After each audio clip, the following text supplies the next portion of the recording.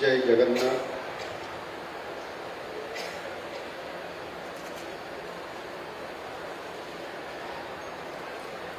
दुई 2025 मसीहा ये निजुक्ति मेलार शुभ अवसर आज ये सभामंच आज उपस्थित मान्यवर उपमुख्यमंत्री श्री कनकवर्धन सिंह महोदय, मान्यवर उपमुख्यमंत्री श्रीमती प्रभाती परिडा महोदया, मान्यवर मंत्री डॉक्टर मुकेश महालिंग महोदय, मान्यवर मंत्री श्री कृष्णचंद्र महापात्र महोदय, मान्यवर मंत्री श्री नित्यानंद गंड महोदय, मान्यवर मंत्री श्री संपद चंद्र स्वाई महोदय, विद्यालय और गणशिक्षा विभाग समस्त नेतृवृंद, कमिशनर तथा शासन सचिव श्रीमती शालिनी पंडित, एटी उपस्थित थिबा आमर मुख्य शासन सचिव मनोज आहूजा महोदय, स्वास्थ्य परिवार कल्याण विभाग कमिशनर तथा शासन सचिव श्रीमती आशती एस, विभिन्न विभाग अधिकारी वृंद, विभिन्न एवं नवनियुक्त विभिन्न विभाग नियुक्ति होता समस्त अधिकारी एवं कर्मचारीगण आज यह कार्यक्रम और खुशीर परिवेश मध्य आपण मानू मोर शुभेच्छा एवं अभिनंदन जनाऊँ।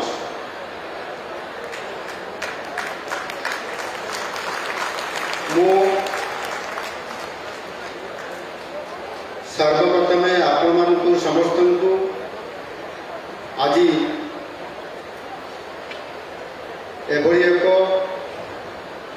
खुशीर दिन में जो मैंने आज समस्ते निजुक्ति पाइबा जाऊँगी समस्त को शुभेच्छा एवं अनेक अनेक अभिनंदन जनाऊँ।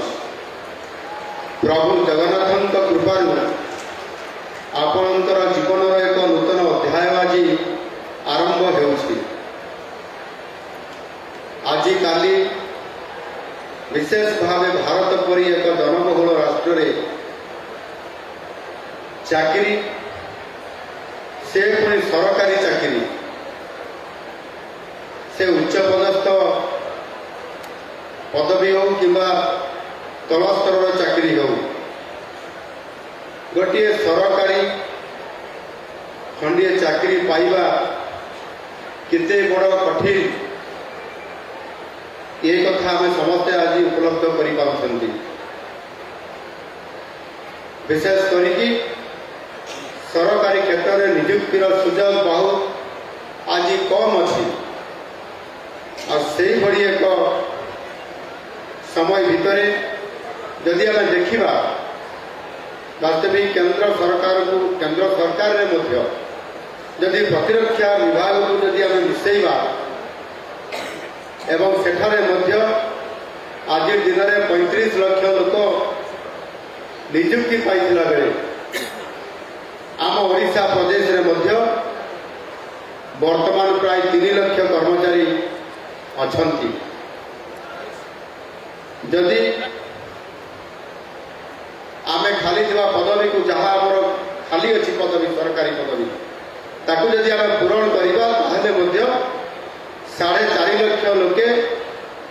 चाकरी क्षेत्र भितर से काम करेंगे अर्थात राज्य जनसंख्यार 1% रु कम लोक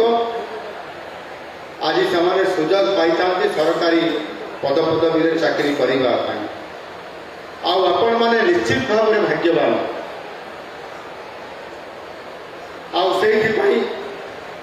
आज जो 1% भी कम लोग चाकरी पाउवा क्षेत्र में से भितर आपण मैंने स्वतंत्र स्थान हासिल कर सुजोग पाई ଏହା ନିଶ୍ଚିତ ଭାବରେ ଆଜି ପ୍ରମାଣିତ କରୁଛି ଯେ ଏଥିରେ ଆପଣମାନଙ୍କର କଠିନ ପରିଶ୍ରମ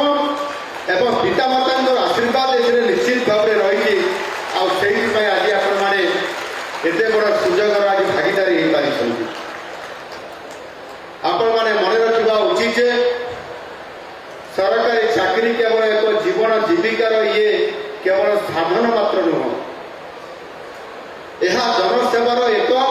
ବହୁତ ବଡ଼ ମାଧ୍ୟମ। ସାଧାରଣ ଜନତା ସରକାର ଏବଂ ସରକାରୀ ବିଧି ବ୍ୟବସ୍ଥାରୁ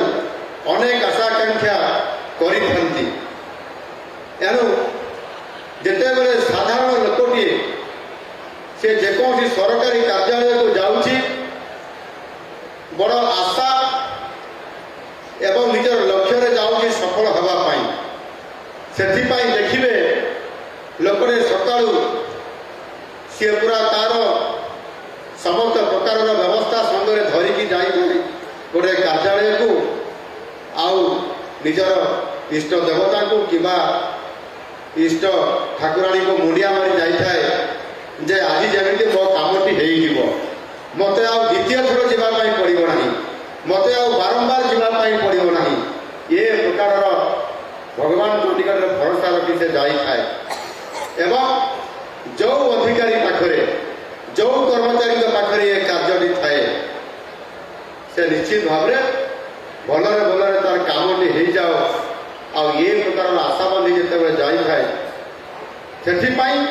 ସେ ବହୁତ ଆଶା ବାନ୍ଧିଥାଏ ଯେ ତା କାମଟା ହେଲେ ତା ଜୀବନର ଗୋଟିଏ ଗତିପଥ ବଦଳିଯିବ, ତା ଜୀବନରେ ଗୋଟିଏ ବିରାଟ ପରିବର୍ତ୍ତନ ଆସିବ, ଆଉ ତାହା ପୁଣି ଆପଣମାନଙ୍କର ହାତରେ। ଏଣୁ ନିଶ୍ଚିତ ଭାବରେ ସେ ଯେଉଁ ଆଶା ଆକାଂକ୍ଷା ନେଇକରି ଯେଉଁ ଲୋକମାନେ ଯାଉଛନ୍ତି ଏବଂ ଆଗାମୀ ଦିନରେ ଏବେ ନୂଆ ଆପଣମାନେ ନିଯୁକ୍ତି ପାଇଲା ପରେ ନିଶ୍ଚିତ ଭାବରେ ଆପଣମାନଙ୍କର ପାଖକୁ ସେ ଲୋକମାନେ ଆସିବେ, ଆଶା ନେଇକି ଯିବେ। ତାଙ୍କର କାମ ଖୁବ୍ ଶୀଘ୍ର କେମିତି ହେବ ସେଥିପାଇଁ ମଧ୍ୟ ସେମାନେ ଆପଣମାନଙ୍କୁ ଅନୁନୟ ବିନୟ ଅନୁରୋଧ ପ୍ରାର୍ଥନା ମଧ୍ୟ କରିବେ। ଆଉ ସେତେବେଳେ ସବୁଠାରୁ ବଡ଼ ହୃଦୟର ସହିତ ଇଏ ମୋର ପରମ କର୍ତ୍ତବ୍ୟ, ମୁଁ କେବଳ ଇଏ ଚାକିରି କରୁନାହିଁ, ମୁଁ ସେବା ମଧ୍ୟ କରୁଛି, ଆଉ ଏଇ ଲୋକଙ୍କୁ କାମ ତାର ଠିକ୍ ସମୟରେ ମୁଁ କହିଦେଇକିରି ଗୋଟେ ଲୋକ ପାଇଁ ଗୋଟିଏ ଭଲ କାମ କରିଦେଇଛି ବୋଲି ନିଜ ଜୀବନର ଗୋଟିଏ ବଡ଼ ଅନୁଭୂତି ବି ଥାଉଁଥିବା ଇଏ ଆପଣମାନଙ୍କର ଧ୍ୟେୟ ହଉ କାମ ହଉ, ଏ କଥା ମୁଁ ନିଶ୍ଚିତ ଭାବରେ ଆପଣମାନଙ୍କୁ କହିବା ପାଇଁ ଚାହିଁବି। ଆଉ ତୃଣମୂଳ ସ୍ତରର ସମସ୍ତ ଦାୟିତ୍ୱ ଆପଣମାନଙ୍କର ହାତରେ, ଆପଣମାନଙ୍କର କାନ୍ଧରେ। ଏଣୁ ମୁଁ ନିଶ୍ଚିତ ଭାବରେ ଆଶା କରୁଛି, ମୋର ପୁରା ବିଶ୍ୱାସ ଯେ ଏହାକୁ ପୂରଣ କରିବାରେ ଆପଣମାନେ ନିଶ୍ଚିତ ଭାବରେ ସମର୍ଥ ହେବେ। ଆଜି ଆଉ ଏକ ମୁହୂର୍ତ୍ତ ଦିଗକୁ ମୁଁ ସମସ୍ତଙ୍କୁ ଧ୍ୟାନ ଆକର୍ଷଣ କରିବି। ଗତ 7 ମାସରେ ଆଜି ପରିକା କେତେଗୋଟି ନିଯୁକ୍ତି ମେଳା ଏବଂ ଦିଗଦର୍ଶନ କାର୍ଯ୍ୟକ୍ରମ ହୋଇଛି ଏବଂ ସମସ୍ତେ ଏକ କ୍ଲିନ୍ ସ୍ଲଟ୍ରେ ନିଜର କର୍ମମୟ ଜୀବନ ଆରମ୍ଭ କରିଛନ୍ତି। ଏବଂ ଆପଣମାନେ ମଧ୍ୟ ଆଜି ଦିନଠାରୁ ନିଯୁକ୍ତି ପତ୍ର ନେଇକି ନିଜ ବିଭାଗରେ ଦାୟିତ୍ୱ ନିଯୁକ୍ତି ପତ୍ର ଦାଖଲ କଲା ପରେ ଆପଣଙ୍କ ଜୀବନର କର୍ମମୟ କାମ ଆରମ୍ଭ କରିବା ପାଇଁ ଯାଉଛନ୍ତି। ଯଦି ଆମେ ଏ କଥାକୁ ଆଜି ଦେଖିବା ମନେ ପକେଇବା, ଦୀର୍ଘ ଲମ୍ବା ସମୟ ଧରିକିରି 2.5 ଦଶନ୍ଧିର ଏକ ଲମ୍ବା କାଳଖଣ୍ଡ 25 ବର୍ଷ ପାଖାପାଖି ଏ ସମୟ ଭିତରେ ଏ 2.5 ବର୍ଷ এই 2.5 ଦଶନ୍ଧିର ଏକ ଜନ ବିରୋଧୀ ଶାସନ ବ୍ୟବସ୍ଥାରେ ଆମେ ସମସ୍ତେ ଚାକିରିଟିଏ ଖୋଜୁଥିଲେ, ଆଉ ସରକାରୀ ଚାକିରି ବି ଖୋଜୁଥିଲେ, କିନ୍ତୁ ଶାସନ ବ୍ୟବସ୍ଥାର ହ୍ୟାଙ୍ଗ ଓଭର ଆପଣମାନଙ୍କର ପାଖରେ ନାହିଁ। ଏଣୁ ଆଜି ଆପଣମାନେ ସମସ୍ତେ ସେଦିନ ପୁରୁଣା କଥାକୁ ଛାଡ଼ିଦେଲା ପରେ ଆଜି ଖୋଲା ମନ ଖୋଲା ହୃଦୟର ସହିତ ଆପଣମାନେ କାମ କରିବାର ସୁଯୋଗ ଆଜି ଆପଣମାନଙ୍କୁ ଦିଆଯାଇଛି ଏବଂ ଏଥିରେ ସଚେତନତା ନିଆଯାଇଛି। ସମସ୍ତେ ଏ ସୁଯୋଗର ସଦୁପଯୋଗ କରି ସମାଜର କଲ୍ୟାଣ ପାଇଁ ଆପଣମାନେ କାମ କରିବେ, ଇଏ ମୋର ପୂର୍ଣ୍ଣ ବିଶ୍ୱାସ ଆପଣମାନଙ୍କର ପାଖରେ ଅଛି ଏବଂ ଆପଣମାନେ ମଧ୍ୟ କାମ କରିବା ପାଇଁ ମୁଁ ଆପଣମାନଙ୍କୁ ସମସ୍ତଙ୍କୁ ନିବେଦନ କରୁଛି। ଜନସାଧାରଣଙ୍କର ଅସୁମାରୀ ଆଶା ଆକାଂକ୍ଷାକୁ ନେଇ ନୂଆ ସରକାର କାର୍ଯ୍ୟ କରିବା ଆରମ୍ଭ କରିବା ସହ ଓଡ଼ିଶାରେ ବିକାଶର ଏକ ନୂତନ ସୂର୍ଯ୍ୟୋଦୟର ଇଏ ଆରମ୍ଭ ହୋଇଛି। ଆମ नरेंद्र मोदी जी दिग्दर्शन में आम सरकार ओडिशा रे प्रगतिर धारा को बहुगुणित करी संपूर्ण भाव प्रति मुहूर्त किभली भाव लोक को सेवा जोगाई दे हब सेमानकर काम को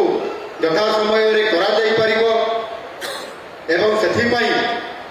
एपरी जन युगजन्मांकर नेतृत्व दिग्दर्शन में कार्य करिवार सुजोग आज आम समस्ते पाई एवं से जेपरी भाव निरंतर भाव प्रतिदिन 18 घंटा रु अधिक समय काम करिवार तांकर जो अभिप्राय रही सारा भारत वर्षर प्रत्येक नागरिकों सेवा जोगाई देवा काम करवा एवं भारत वर्ष को विश्व दरबार में विश्व गुरुर मान्यता पुनर्स्थापित करिवार जो प्रयास आउे जड़े निजर कर्तव्य संपादन करने आज नुआ सरकार आसला आम सरकार आज निरंतर भाव में काम करुँच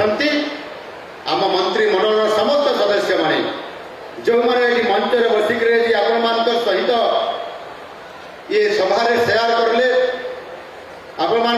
पाखरे मत रखिले एवं ये उपस्थित आपण मैंने जो मैंने समस्ते आज शुणिले समस्ते आम मिसिक आज ये देश निर्माण यज्ञ आज आम समस्ते सामिल होती ये समाज पाई देश पाई आज ओडिशा पाई आम समस्ते निरंतर भाव में काम करूँ आम समस्ते से जो गीतार बाणी अच्छी कर्मणे कर्मणे आपण मैंने जानी एणु निश्चित भाव में आम कर्म कर कर्मणे बाधिकरास्ते फलेषु कदाचन यह आधार करी आम निजर कर्म कर चलवा ताले निश्चित भाव में आज आमको भगवान आमको फल स्वयं से देवे आम मागिबानी फल आम कर्म कर चलवा सेवा कर चलवा साधना कर चलवा तपस्या कर चलवा आ निश्चित भाव में आम फल प्राप्त आमको स्वयं भगवान आमको देवे आज आम समस्ते कर्म कर चली विकास धारा को क्रियाशील एवं फलप्रस्तु करने दिगरे दक्ष एवं उत्तम मानव संबलर आवश्यकता अच्छी आज आम सरकारी व्यवस्था माध्यम सक्रिय एवं सजग रहा सहित सठिक ढंग एवं आम निरंतर भाव स्वच्छता भाव बजाई रखिकी आज आपण पाखरे योग्यता संपन्न ये नियुक्ति मेलार एक अपूर्व समन्वय रक्षा करने सहित मानव संबल नियुक्ति कार्यक्रम को त्वरान्वित कर चली किछि दिन पूर्व नूतन वर्षर अवसर रे मत एक समय मिलता एक उच्चस्तरीय समीक्षा बैठक करने सब चयन संस्थार जो मैंने नियुक्ति प्रक्रिया चयन प्रक्रिया समस्त को डाकी उच्च पदस्थ अधिकारी मान सहित आलोचना करी समस्त को चिन्हट करते खाली पदवी को त्वरान्वित कर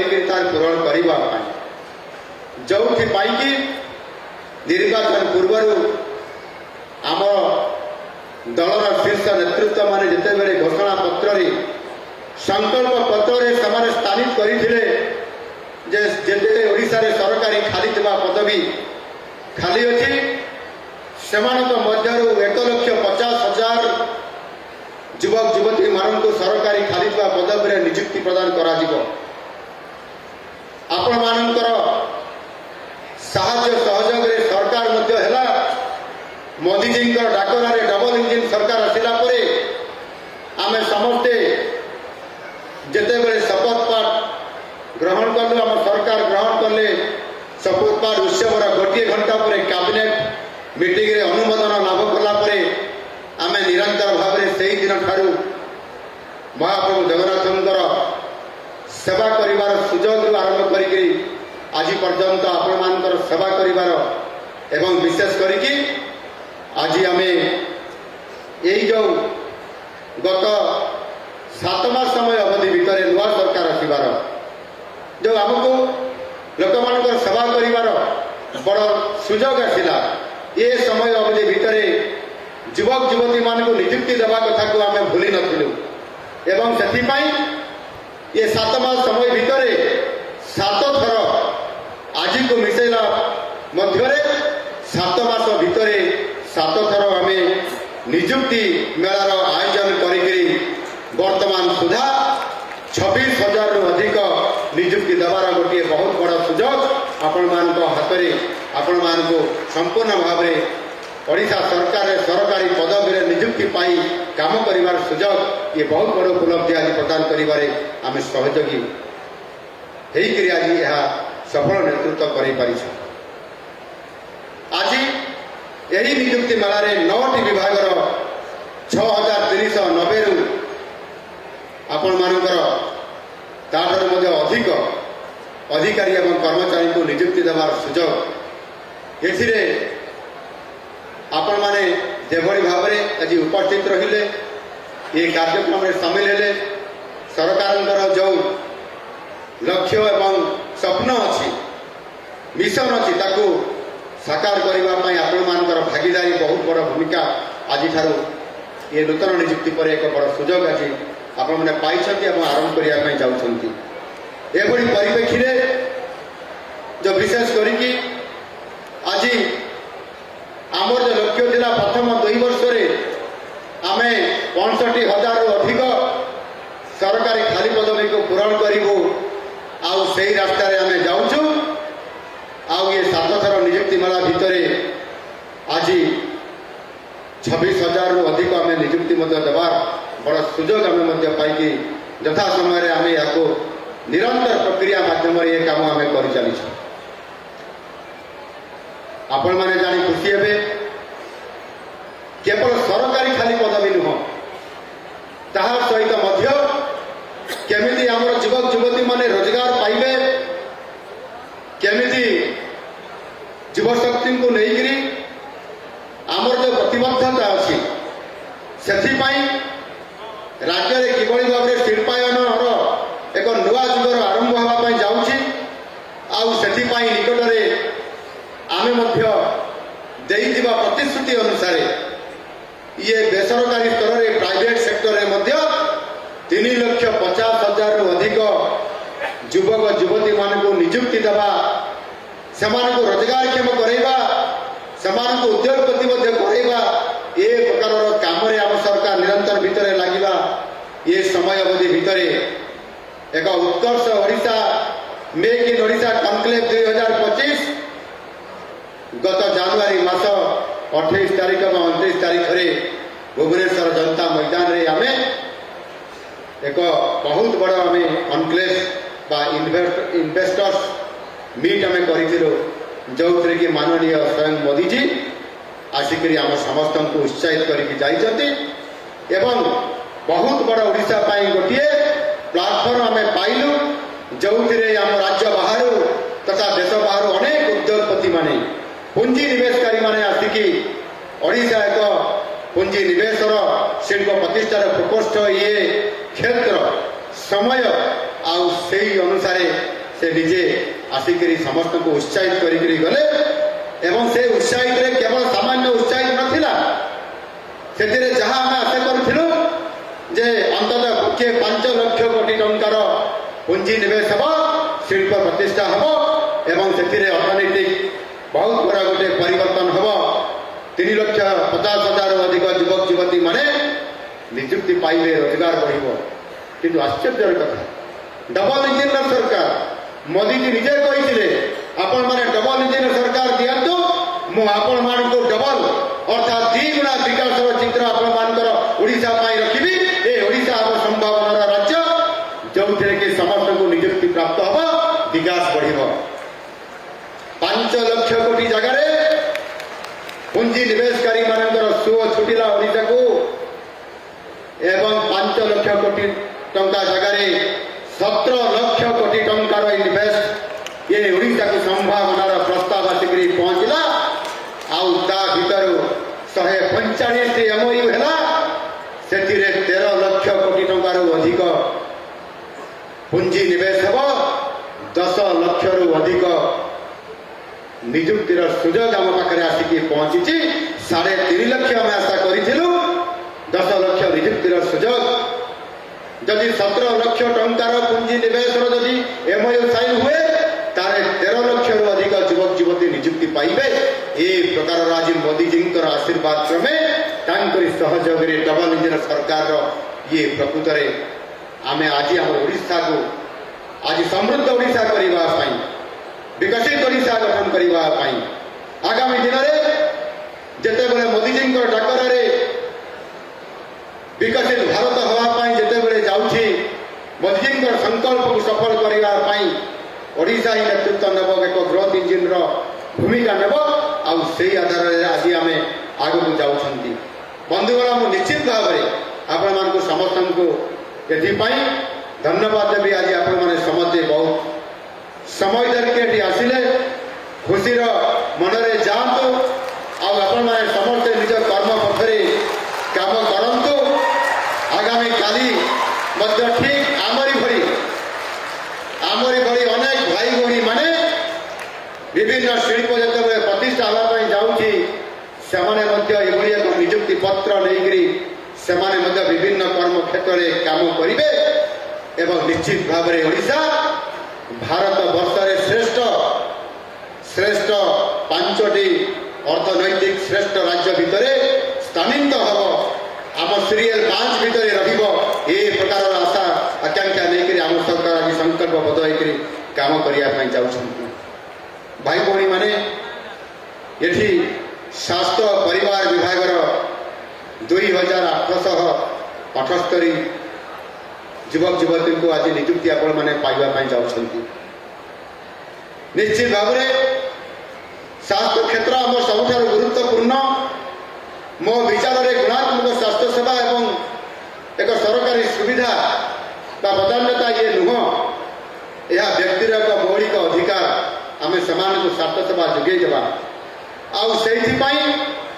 2753 बहुमुखी महिला स्वास्थ्यकर्मी 125 जन आयुष डाक्तर को निजुक्ति दि जाएगी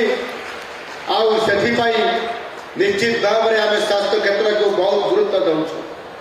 आगामी दिन में ये विभाग में समस्त खाली पदवी को पूरण कर निश्चित भाव में ये गुरुत्व को आहरी आगामी दिन में आम संपूर्ण भाव में आपण पाखे रखा चाहूँ विगत दिन में ये निजुक्ति मेला पूर्व आम डाक्तर निजुक्ति एवं ताहा सहित आपंकर से विभाग जो आनुषंगिक पदवी गुड़िक अच्छी से जूनियर असिस्टेंट कहतु आपंकर होमियोपैथिक मेडिकल ऑफिसर कथा कहतु एवं आपंकर वाइटल स्टैटिस्टिक्स अधिकारी कथा कहतु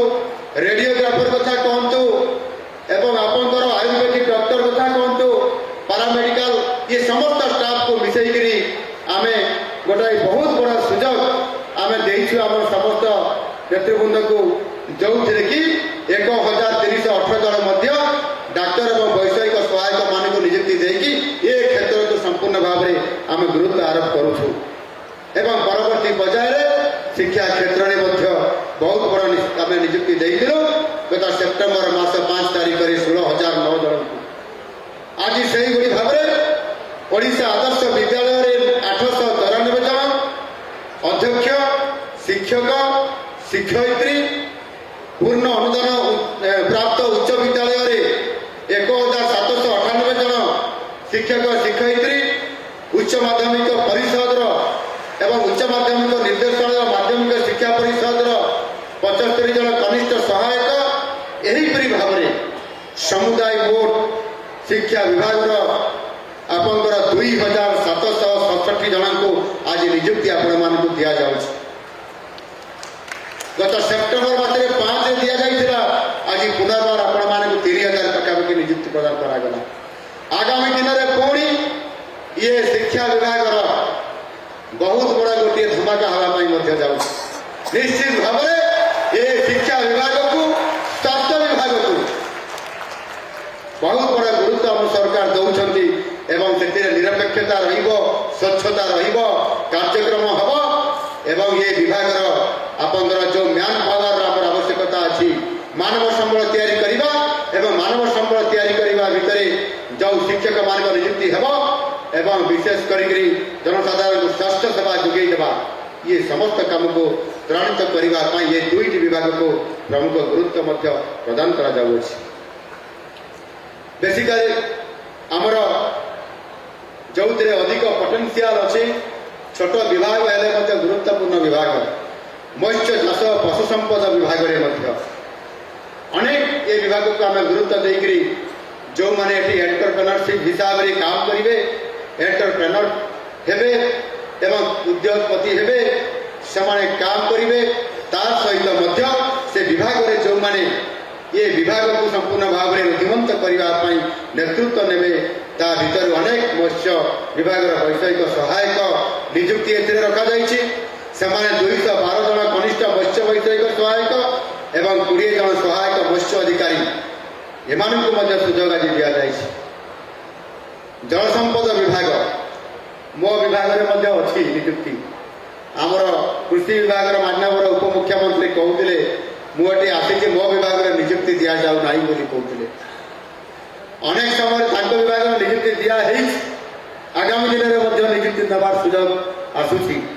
ମୁଁ ଭାବୁଥିଲି କୃଷି ବିଭାଗରେ ନାହିଁ ମାନେ ମୋ ବିଭାଗରେ ବି ନଥିବ ବୋଲି, କିନ୍ତୁ ଜଳସମ୍ପଦ ବିଭାଗ ହେଉଛି ମୋ ବିଭାଗ ମଧ୍ୟ। ଏ ଜଳସମ୍ପଦ ବିଭାଗରେ ମଧ୍ୟ ଏଥିରେ ସୁରକ୍ଷା ଦୁର୍ଯୋଗ କ୍ଷେତ୍ରରେ ଆଜି ନିଯୁକ୍ତି ଦିଆଯାଉଛି। ଗୃହ ନଗର ଉନ୍ନୟନ ବିଭାଗରେ ଦିଆଯାଉଛି ଏବଂ ତା ସହିତ ଖାଦ୍ୟ ଯୋଗାଣ ଖାଉଟି କଲ୍ୟାଣ ବିଭାଗରେ, ଅର୍ଥ ବିଭାଗରେ ଏବଂ ଲୋକାଲ ପୋଲ ଅଡିଟ୍ ବିଭାଗରେ, ଅନୁସୂଚିତ ଜାତି ଜନଜାତି ବିଭାଗରେ ଏବଂ ଆପଣଙ୍କର କୌଶଳ ବା ସ୍କିଲ୍ ଡେଭଲପମେଣ୍ଟ ବୈଷୟିକ ବିଭାଗରେ, ଏହାକୁ ମିଶାଇଲେ ଆଜି ଅନେକ ବିଭାଗରେ ଆଜି ଆପଣମାନେ ଯୋଗଦାନ କରିବା ସହିତ ଆଜି ବହୁତ ବଡ଼ ଶୁଭ ଦିନରେ ଆପଣମାନେ ନିଯୁକ୍ତି ପତ୍ର ପାଉଛନ୍ତି। ଏହା ନିଶ୍ଚିତ ଭାବରେ ଆପଣମାନଙ୍କର ସମ୍ପୂର୍ଣ୍ଣ ଭାବରେ ସାରା ଜୀବନ ଆପଣମାନଙ୍କର ପରିବାର ସମସ୍ତେ ବାପା ମା ମାନେ ଖୁସି ହୁଅନ୍ତୁ ଏବଂ ସେ ଖୁସିକୁ ଆପଣମାନେ ସେୟାର କରନ୍ତୁ ଏବଂ ଏ ଖୁସିକୁ ଆପଣମାନେ ବାଣ୍ଟନ୍ତୁ ଏବଂ ନିଜର କର୍ମମୟ ଜୀବନ ଆରମ୍ଭ କରନ୍ତୁ। ଭଲ ସମୟ ନେଇକରି ଭଲ ଜଣେ ସମାଜସେବକ ହିସାବରେ କାମ କରିକରି ଆପଣଙ୍କର ନିଷ୍ଠା, ସଚେତନତା ଏବଂ ସେବା ମନୋଭାବ ନେଇକରି ଆପଣମାନେ ସ୍ୱଚ୍ଛ, ଦୁର୍ନୀତି ମୁକ୍ତ ଏବଂ ଶାସନ ପ୍ରଶାସନ ଉପରେ ଏଭଳି ଗୁରୁତ୍ୱ ମାନେ ପ୍ରଭାବ ପକାନ୍ତୁ, ଯେଉଁଥିରେ କି ଆପଣମାନେ ଜଣେ ଭଲ ଅଫିସର ହିସାବରେ, ଯେମିତି ବହୁ ସମୟରେ ଦେଖିବେ ଯାତ୍ରା ପାର୍ଟିରେ ଭଲ ମଣିଷ ଖୋଜା ଚାଲିଛି ଏମିତି ବିଷୟ ଆସେ, ମାନେ ଭଲ ମଣିଷ ଖୋଜା ଚାଲିଛି, ଯାତ୍ରା ସରିଯିବ, ଭଲ ମଣିଷ ଖୋଜା ହିଁ ଚାଲିଛି। ଏଣୁକରି ଆମେ ଠିକ୍ ସେମିତି ଭାବେ ଭଲ ଅଧିକାରୀ ଖୋଜା ଚାଲିଛି। କିଏ ସେକ୍ରେଟାରିଏଟରେ ଭଲ ଅଧିକାରୀ ହିସାବରେ କାମ କରିବ, କିଏ ଡାଇରେକ୍ଟର ଅଫିସରେ ଭଲ ଅଧିକାରୀ ଖୋଜା ଚାଲିଛି, ଯାହାର ଭଲ CCR ଥିବ, ଦକ୍ଷତା ଥିବ, ସେବା ମନୋଭାବ ଥିବ, ନିଷ୍ଠା ଥିବ, ସଚେତନତା ଥିବ, ସେଭଳି ଆମେ ଖୋଜୁଛୁ। ଆଜି ବି ଖୋଜା ଚାଲିଛି, ଅର୍ଥାତ୍ ଯେମିତି ଭଲ ମଣିଷ ଖୋଜା ଚାଲିଛି, ଠିକ୍ ସେମିତି ଭଲ ସଚେତନ ଅଧିକାରୀ ମଧ୍ୟ ଖୋଜା ଚାଲିଛି। ସେଇଥିପାଇଁ ଆଜି ଏ କଥାକୁ ଗୁରୁତ୍ୱ ଆରୋପ କରି ଆପଣମାନେ ଯେତେବେଳେ କର୍ମମୟ ଜୀବନରେ ଆଜି ନିଜର ନିଯୁକ୍ତି ପତ୍ର ନେଇକରି ଆଜି ସରକାରୀ ପଦବୀରେ ଜଏନ୍ କରିବେ, ଆପଣମାନେ ଜଣେ ଭଲ ମଣିଷ ହେବା ପାଇଁ, ଭଲ ସମାଜସେବକ ହେବା ପାଇଁ କାମ କରନ୍ତୁ। ଆଉ କାଲି ଯେଉଁମାନେ ଖୋଜିବେ ଭଲ ଅଫିସର, ସେତେବେଳେ ଆଉ ଠିକଣା ଖୋଜିବା ଦରକାର ହେବ ନାହିଁ। ନା ଅଙ୍କେ ଜାଗାର ସେ ଅଫିସର ଭଲ କାମ କରୁଛନ୍ତି, ତୁରନ୍ତ ତାଙ୍କୁ ସେ ଜାଗାକୁ ନେଇଯିବା, ପ୍ରମୋସନ କରେଇଦେବା,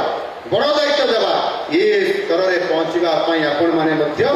ପ୍ରତିଯୋଗିତାରେ ଭାଗ ନିଅନ୍ତୁ, ଆପଣମାନଙ୍କୁ ମୁଁ ନିଶ୍ଚିତ ଭାବରେ ଅନୁରୋଧ କରିବି। ଆଉ ଅନେକ ସମୟରେ ଆଜି ଦିନରେ ମଧ୍ୟ ବିଗତ ଦିନର ସରକାରରେ ବି